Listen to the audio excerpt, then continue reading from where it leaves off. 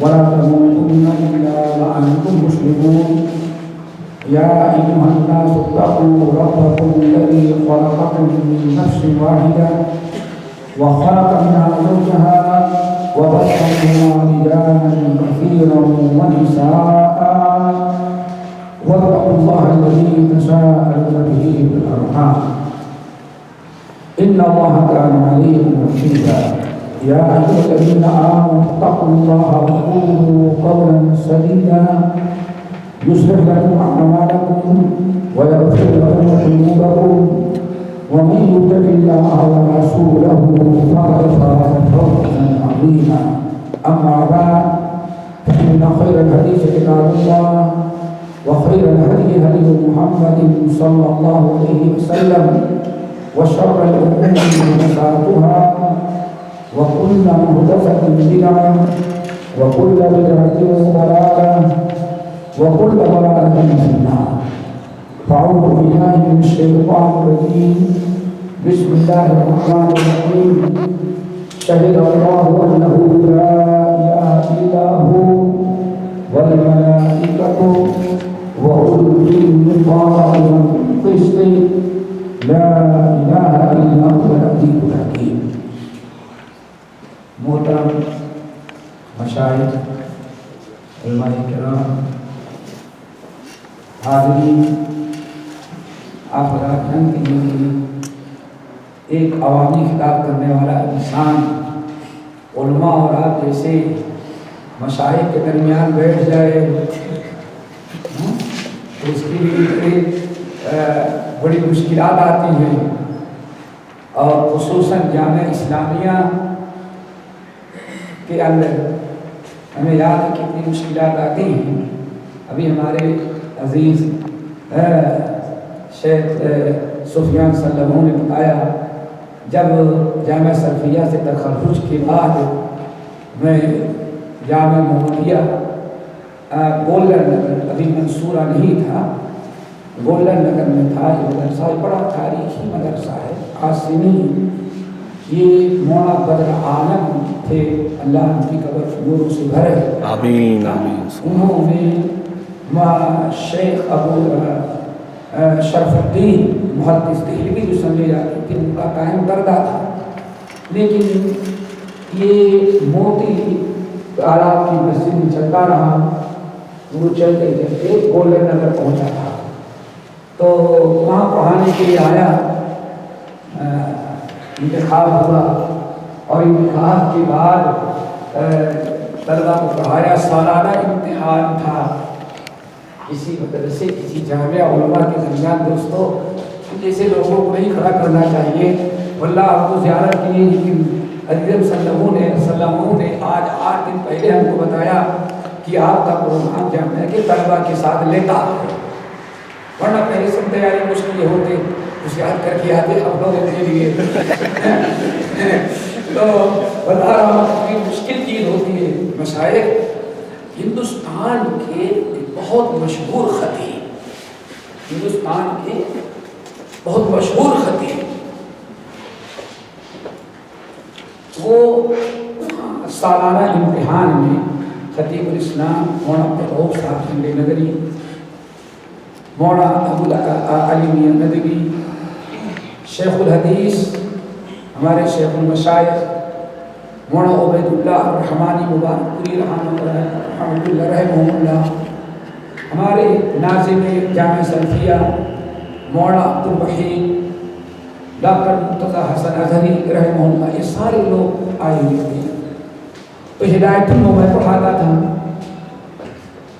ہدایت النور نام سنا ہوگا، جی جی ہدایت النور پڑھاتا تھا، تو میں نے پڑھایا، اور میں کسی کام سے ہم کو باہر جانا پڑا، بچے تیاری کر رہے تھے، تو انہوں نے بچوں کو ہمارے ابتدائی انڈیا میں پتہ نہیں آپ کے مدرسوں میں بھی دن میں بچے استاد سے پڑھتے تھے، شام کو تمام ایک کلاس کی طلبہ بیٹھ کے تکرار کرتے تھے، جو ایک ذرا سا تیز ترقد ہوتا وہ کم سب ساتھیوں کو لے کے بیٹھتا اور کہتا اس کا مطلب یہ ہے، چلو تو بیٹھے تھے، کوئی ایک عبارت تھی مبتدا اور خبر کی، سمجھیے نا کہ مبتدا کب مؤخر کرنا واجب ہے اور کب یعنی جائز ہے اور کب واجب ہے، یہ بحث چل رہی تھی۔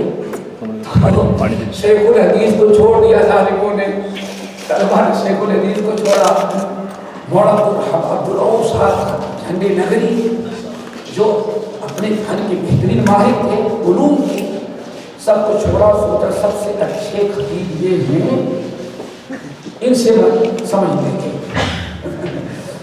تو سب کو چھوڑ کر کے ان کے پاس گئے طلبہ سمجھنے کے لیے، تو پولیس صاحب نہیں تو نہیں کہہ سکتے تھے، علماء کے درمیان آپ جیسے لوگوں کے لوگ بیٹھ کر کے گفتگو کرنا یہ بہت مشکل چیز ہوتی ہے میرے ساتھ۔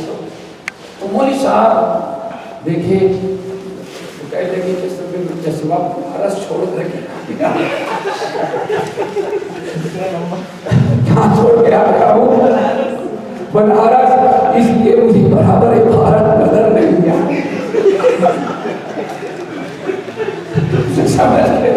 یہ ہوتا ہے میرے بھائیوں لوگوں کے درمیان، سمجھیں نا۔ سب سے پہلے تو اللہ تعالیٰ کا شکر ادا کرتے ہیں، اس نے آپ جیسے اہل علم کے ساتھ بیٹھنے اور گفتگو کرنے کی توفیق نصیب فرمائی، پھر اس کے بعد اپنے شیخین اور تمام حضرات کے شکر گزار ہیں کہ انہوں نے مناسب سمجھا، اس لائق سمجھا کہ آپ حضرات کے سامنے اس بڑی کرسی پر بیٹھائیں۔ میں نے شیخ سفیان سے کہا کرسی بہت بڑی ہے، تو کہتے ہیں آپ کو مناسب ہے وہ آپ کے لائق وہ کرسی ہے، تو ہمارا حالانکہ اس کرسی کے لائق نہیں۔ دیکھو میرے بھائی، سب سے پہلے ہم تمام حضرات کو جس کام کے لیے اللہ نے ہم کو آپ کو منتخب کیا ہے، اس پر ہم سب کو چاہیے کہ اللہ کا شکر ادا کریں، یہ چیز سب کو نصیب نہیں۔ قرآن پاک کی آیت آپ حضرات تلاوت کرتے ہوں گے، ثم اورثنا الکتاب الذین اصطفینا من عبادنا۔ بتاؤ واللہ سے کسی ایک آیت پر غور کیا جائے تو پتہ چلتا ہے کہ احساس ہوتا ہے کہ ہمارے اولاد کے اوپر اتنا بڑا اللہ کا کرم، اور جس پر جتنا بڑا کرم ہو مشاہد اتنا ہی اس کے اوپر شکر گزاری بھی واجب ہے۔ کیوں؟ اللہ کے سب پر جو لوگوں نے رحم کیا، اللہ تعالیٰ نے سارے گناہ بخشائے ہیں، رات میں اتنی دیر تک آپ کو عبادت کرتے ہیں، آپ کے قدموں میں غم آ جائے، تکلیف ہو جائے، اللہ نے کیا فرمایا؟ جب اللہ نے میرے اوپر دنیا میں سب سے زیادہ کرم کیا ہے تو افلا اکون عبدا، یہ حدیث اس طرح اشارہ کرتی ہے کہ جس پر جتنا زیادہ اللہ کا کرم ہو اتنا ہی زیادہ اللہ کا شکر ہونا چاہیے۔ آگے ثم اورثنا الکتاب الذین اصطفینا من عبادنا، آگے فمنهم ظالم لنفسه ومنهم مقتصد ومنهم سابق بالخيرات ذلك هو الفضل الكبير۔ آپ ذرا سوچیں، صرف لفظ ثم پر آپ غور کریں، ثم اورثنا الکتاب الذین اصطفینا من عبادنا، پھر اب یہ ثم لفظ آپ اگر جانتے ہیں کہ 2 یا 3 حرف جو ہیں ان کو حرف عاطفہ کہا جاتا ہے، جن میں 2 بڑے مشہور ہیں، واو اور ثم۔ ثم دونوں میں فرق کیا ہے؟ واو صرف جمع کے مطلق جمع کے لیے آتا ہے، لیکن سبحان اللہ ثم جمع اور تقدیم و تاخیر کی خبر دینے کے لیے آتا ہے۔ ثم اورثنا، پتا چل گیا کہ اس کتاب قرآن کے نبی علیہ السلام کو علوم کے ماء سے لا کے وارث تھے، اور وارث بنے صحابہ کرام، اس کے وارث تھے۔ ثم پھر ان کے بعد وارث وہ بھی تھے اور وارث بعد میں بھی آئیں گے. ثم اورثنا الکتاب الذین اصطفینا من عبادنا. ان کے بعد پھر ہم نے اپنے بندوں میں سے من عبادنا. اتنی بڑی دنیا دوستو، یہ دنیا کتنی بڑی دنیا. انسان چلتا جائے دنیا میں، زمین ختم ہو جاتی لیکن انسان ختم نہیں ہوتا. اور سال بھر کے بعد اپنے شہر میں جائیں تو 2-4 مرتبہ راستہ ضرور پوچھنا پڑتا ہے. کیوں؟ اتنی آبادی، اتنے انسانوں میں. ذرا لفظ من پر غور کرو. ثم اورثنا الکتاب الذین اصطفینا من عبادنا. اپنے بندوں میں سے. کتنے خوش نصیب. پھر ہم نے ان کے بعد اپنے اربوں خربوں کروڑوں بندوں میں سے اس کتاب کی وراثت کے لیے ہم نے اصطفینا منتخب کر لیا، سلیکٹ کر لیا. یہ اللہ کا معمولی کرم نہیں. اب صرف آپ اندازہ لگائیں، آپ قرآن مجید نہیں ہوں گے، ہو سکتا ہے 50 ساتھی رہے ہوں، پھر اور گئے. گاؤں میں آپ کے ساتھ کھیلنے والے، لوریت کرنے والے سینکڑوں بچے رہے ہوں گے، لیکن آپ کتنے خوش نصیب ہیں کہ ان سینکڑوں بچوں میں سے آپ کو چن لیا اور ابھی کچھ ہو گیا. اور اسی کی تائید، اسی مفہوم کی حدیث اس امام ابن ماجہ جو اپنے مقدمے کے فضائل علم میں نقل کرتے ہیں. آپ حضرات جانتے ہیں کہ کتب الستہ، جس کو ہمارے یہاں صحاح ستہ کہا جاتا ہے، ان 2 کتابوں میں 2 کتابیں ایسے ہیں جن کا مقدمہ بڑا ہے. حدیث کی کتابوں میں 2 کتابیں جن کا مقدمہ بڑا ہے. کتب الستہ میں ابن ماجہ کا مقدمہ، اور دوسرا امام دارمی نے اپنی مسند سنن دارمی جو لکھی ہے اس کا مقدمہ. علم، تفقہ، علماء کی فضائل کتنی روایتیں نقل کرتی ہیں. امام ابن ماجہ رحمۃ اللہ علیہ نے سبحان اللہ جو حدیث نقل کی، بالکل اس آیت کی شرح. اللہ رسول نے فرمایا لا یزال اللہ یغرس فی ھذا الدین غرسا یستعملہم فی طاعت اللہ. لا یزال اللہ یغرس فی ھذا الدین غرسا. غرس سمجھتے ہیں، خاص طور سے ہم تو کہتے ہیں کہ ہمارے انڈیا، پاکستان، بنگلہ دیش میں ایک اولاد پر جتنا انسان خرچ کرتا ہے، خلیج میں ایک نیم کا درخت بھی لگاتا ہے تو شاید ایک اولاد سے زیادہ خرچہ کس کے پر کرنا پڑتا ہے؟ پودے پر. ایک پودے پر. کل یعقوب میں گزر رہا تھا آگئی مناتی لشجرۃ النیم. کون سا الفاظ ہے، کون سا بھی روڈوں پر کچھ علاقے ایسے جہاں انڈیا پاکستان میں نیم کا درخت لا کر کے لگایا خوبصورتی کے لیے، تو وہاں باقاعدہ بورڈ لگا ہے کہ ایسا خوبصورت علاقہ ہے ہر نیم کے درخت. تو عربی میں جو اس کا کہا جاتا ہے اس کو بدلتا نہیں، سمجھ گئے؟ تو اس کو نیم لکھا ہے. اب میں لوگوں سے پوچھتا ہوں کہ بھائی یہ نیم کون سا درخت ہوتا ہے؟ گاڑی بولتے ہیں تو بات ہے تو نہیں تھا وہ کبھی تمہارے ہاتھ میں کو پہنچا کرو. سوچئے ذرا، اللہ کے رسول نے کیا فرمایا؟ لا یزال اللہ.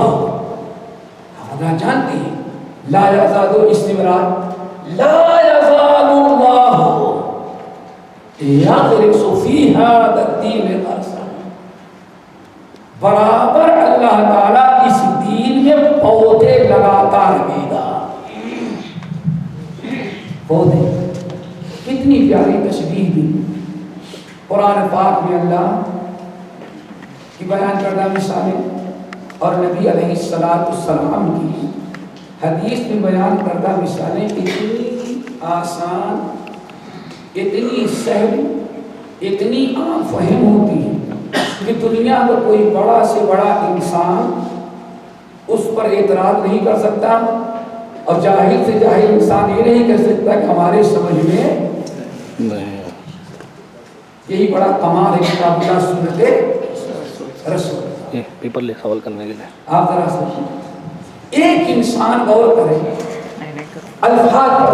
اللہ ہمیشہ اپنے دین میں کچھ پودے لگاتا رہے گا قیامت. پھر یہ پودے جب تیار ہو جائیں گے تو یستعملون فی طاعت اللہ، اللہ ان پودوں کو اپنی اطاعت و فرمانبرداری اپنے دین میں استعمال کرے گا. اس حدیث کو امام ابن ماجہ اپنے مقدمے میں علم کی فضیلت بیان کرتے ہیں، یہ علماء کی فضیلت بیان کرتے ہیں، اس طرح اشارہ کیا کہ وہ پودے طالب علم ہیں، اور وہی طالب علم کو، اور ہمارے بر صغیر جہاں بہت آسان ہے، چن چن کر کے اللہ تعالیٰ کسی کو ایران سے، کسی کو توران سے، کسی کو ہندوستان سے، کسی کو پاکستان سے، کسی کو بنگلہ دیش سے، کسی کو جنگل سے، کسی کو دیہات سے، خوش نصیب اللہ تعالیٰ اس کو چنتے ہیں، ماں باپ کے دل میں ڈالتے ہیں، وہ پڑھنے کے لیے آتا ہے کہاں؟ مدرسے میں. آپ کے پودا لگایا، مدرسے جو ہیں وہ کھیتی ہیں، زمین ہے، اور طلبہ جو ہے کیا اس کے پودے. اب پھر بڑے ہو جانے کے بعد یہی جب علماء بن جاتے ہیں آپ جیسے، اللہ تعالیٰ ان کو یستعملون فی طاعت اللہ، پھر اللہ ان کو اپنے کام میں، اپنے دین کی خدمت میں ان کو استعمال کرتا ہے. اب آپ ہم میں سے ہر انسان ذرا غور کرے، کیا رب نے ہماری اولاد کے اندر کیا خوبی تھی، ہم سے خوبصورت، آپ سے زیادہ صحت مند، آپ سے زیادہ مال دولت کے مالک، آپ سے زیادہ، آپ کے ماں باپ سے زیادہ پڑھے لکھے لوگ ہیں، ان کے بچوں کو اللہ نے منتخب نہ کیا لیکن ہم کو اور آپ کو منتخب کیا. لا یزال اللہ یقص فی هذا الدین درسا من حی. اس پر اللہ تعالیٰ کا شکر ادا کریں. چند باتیں میں آپ حضرات کے سامنے مزید عرض رکھنا چاہتا ہوں. نمبر 1، ابھی میں نے راستے میں کچھ چیزیں قلم بند کی سوچا کہ یہ کہنا ہے آپ کے سامنے. پہلے تو سورہ آل عمران کی ایک آیت تلاوت کی، اور یہ اسی آیت ہے کہ میں سمجھتا ہوں سب کو یاد ہوگی. شہد اللہ انہ لا الہ الا ہو والملائکۃ بالقسط. دنیا میں سب سے بڑا عمل جو ہے وہ توحید، توحید کا اقرار، توحید کی دعوت، سب سے بڑا عمل. اللہ تعالیٰ نے اس توحید کی گواہی کے لیے 3 گواہیوں کا تذکرہ کیا. نمبر 1 بذات خود اللہ، نمبر 2 فرشتے، نمبر 3 یہ مٹی کا پتلا آدم کی اولاد. انسان کی کوئی حقیقت نہیں، لیکن جب چیز بڑی چھوٹی ہوتی ہے، لیکن جب اس کو کسی بڑے سے جوڑ دیا جائے تو چھوٹی سے چھوٹی نہیں رہتی بلکہ بڑی بن گئی. کتنے خوش نصیب ہیں علماء، طلباء، مشائخ، دعاء، مدرسین، خطبہ کہ رب العالمین نے ان کو گواہی میں اپنے ساتھ اور اپنے فرشتوں کے ساتھ جوڑ دیا. شہد اللہ لا الہ الا اللہ نے اعلان کر دیا، اللہ نے اعلان کر دیا اعلان کر رہا ہے کہ اللہ کے علاوہ کوئی معبود نہیں. فرشتے بھی یہی اعلان کرتے گواہی دیتے ہیں وَأُولُو الْعِلْمِ قَائِمًا اور اولو العلم. یہاں امام ابن کثیر خاص طور سے فتح القدیر جو ہمارے اور آپ کے ہاں نصاب مقرر ہے جو دونوں قسم کی تفسیر یعنی الدرایا والروایا، سب سے پہلی تفسیر غالباً اللہ تعالیٰ نے امام شوکانی کو توفیق دی. کیوں اس سے پہلے دو ہی قسم کی تفسیر بالروایا یا تفسیر، لیکن انہوں نے جمع کر دیا. اس امام شوکانی یہ تمام حضرات نقل کرتے ہیں کہ غور کریں اللہ کو آسمان پر گواہی دے گا، زمین پر کبھی اسٹیج پر یا اتر کر کے گواہی نہیں دے گا. فرشتے بھی وہی رہ گئے. اس سرزمین پر دنیا کے چپے چپے گلی گلی کوچے کوچے اس سرزمین پر توحید کا اقرار اور توحید کے اعلان کرنے والے نہ اللہ ہوگا نہ فرشتہ بلکہ صرف انسان.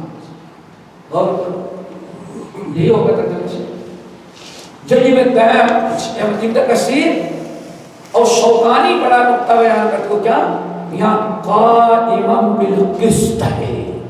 قائمم بالقسط کہتے ہیں قائمم بالقسط حال ہے. اور حال کی ایک خصوصیات میں سے ایک خصوصیت ہوتی استمرار کی برابر. کیا مطلب ہوا؟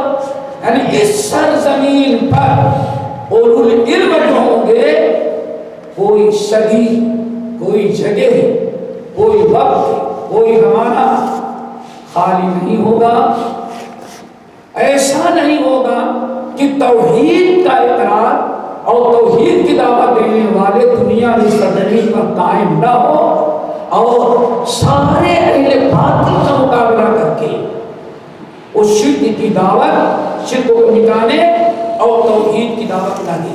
قائماً بالقسط. اسی لیے الحمدللہ ہمیشہ اہل علم نے علماء، لیکن علماء حق، علماء ربانی، انہوں نے توحید کا بیڑا اٹھایا اور توحید کی دعوت دیتے رہے. اس راہ میں کتنی بھی مشکلات آئیں تو کبھی انہوں نے شرک کے ساتھ کوئی سمجھوتا نہیں کیا.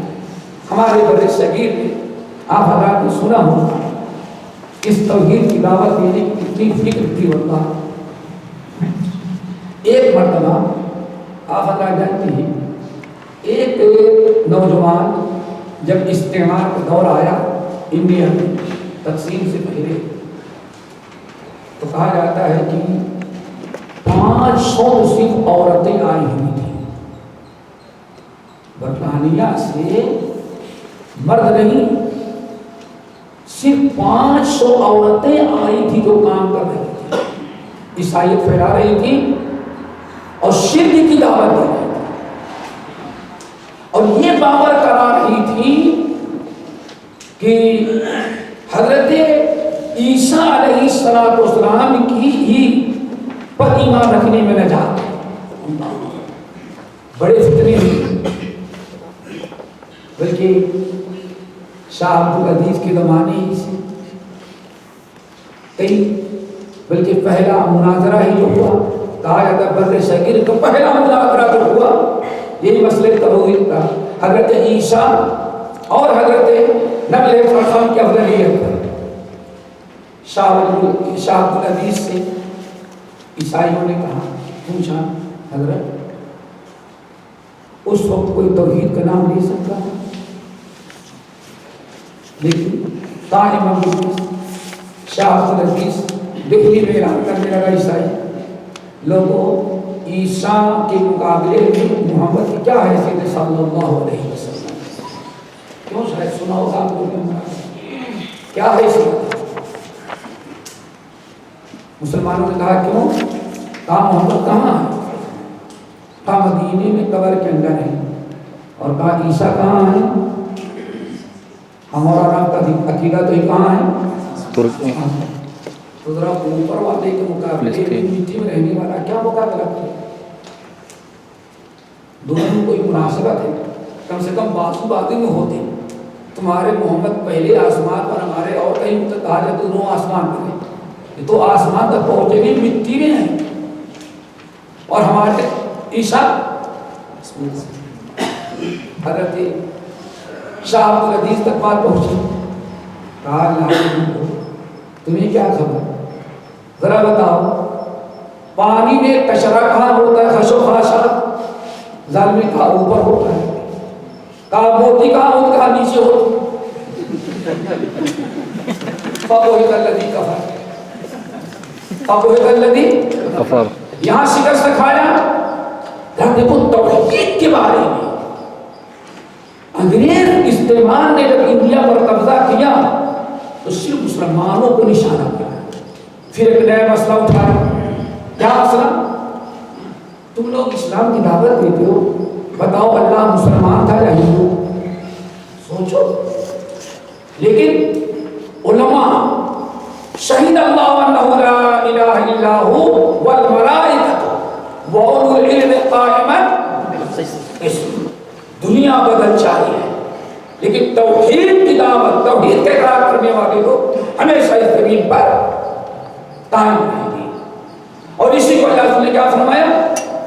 لا تزال طائفۃ من گمراہ ہوتے رہیں گے، لیکن توحید کی دعوت دینے والے کبھی. اب یہ مسئلہ اٹھا کر کے استعمال کے دعا نے سوچا کہ ہندو مسلم کو آپس میں لگاؤ. اب ہندوؤں نے سوال سن لیا، اب پوری دہلی اور اس کے قرب جوار میں ہنگامہ کہ بھائی واقعی اللہ مسلمان ہے یا اللہ ہندو ہے. شاہ عبدالعزیز مناظرہ طے ہوا، کھڑے ہوئے، ادھر ہندو ادھر مسلمان. پوچھا گیا آپ ثابت کریں کہ اللہ ہندو ہے کہ مسلمان ہے؟ ہم تو کہتے ہیں ہندو تھا اور کہتے ہیں ہمارا نام ہے. شاہ صاحب نے کہا اصل میں اللہ کبھی ہندو تو ہو ہی نہیں سکتا، مسلمان ہو. لوگوں نے کہا کیوں؟ کہا اللہ نے سورۃ البقرہ میں گائے ذبح کرنے کا حکم دیا ہے.